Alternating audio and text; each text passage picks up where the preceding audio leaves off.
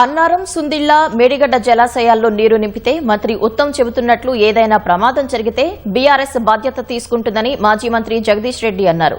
ప్రమాదం జరిగితే తమ పార్టీ రద్దు చేసి రాజకీయాల నుంచి శాశ్వతంగా తప్పుకుంటామని స్పష్టం చేశారు. కన్నేపల్లి పంప్ హౌస్ లో మోటార్లు ప్రారంభించి 150 టీఎంసీల నీటిని నిల్వ చేసే అవకాశం ఉన్నప్పటికీ ప్రభుత్వం మొండిగా వ్యవహరిస్తోందని విమర్శించారు. ఎస్ఎల్బీసీ విషయంలో సీఎం, మంత్రి ఉత్తమ్ జైలుకు పోవాలని వ్యాఖ్యానించారు. మంత్రి ఉత్తమ్కు సాగునీటి ప్రాజెక్టులపై ఏమాత్రం అవగాహన లేదని మాజీ మంత్రి గంగుల ఆరోపించారు.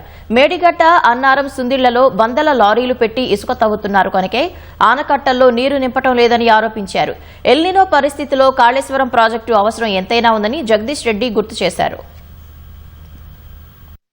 తెలంగాణ రైతులకు శిక్ష వేస్తామంటే చేయని పాపానికి కరెక్ట్ కాదు.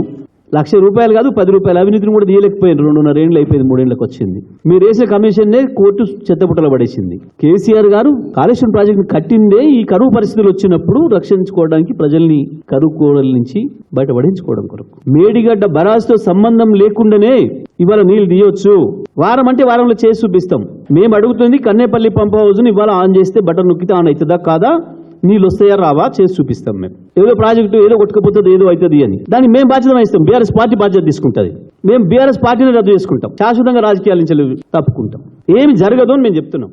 ఎవడు చెప్పండి నేను భద్రాచలం కొట్టుకపోతుందని. 29 లక్షల క్యూసెక్లు చరిత్రలో లేని వరద 2022లో వచ్చింది. భద్రాచలం ఊర్లకి నీళ్లు వచ్చినాయి తప్ప కానీ ఊరు కొట్టుకపోలేదు.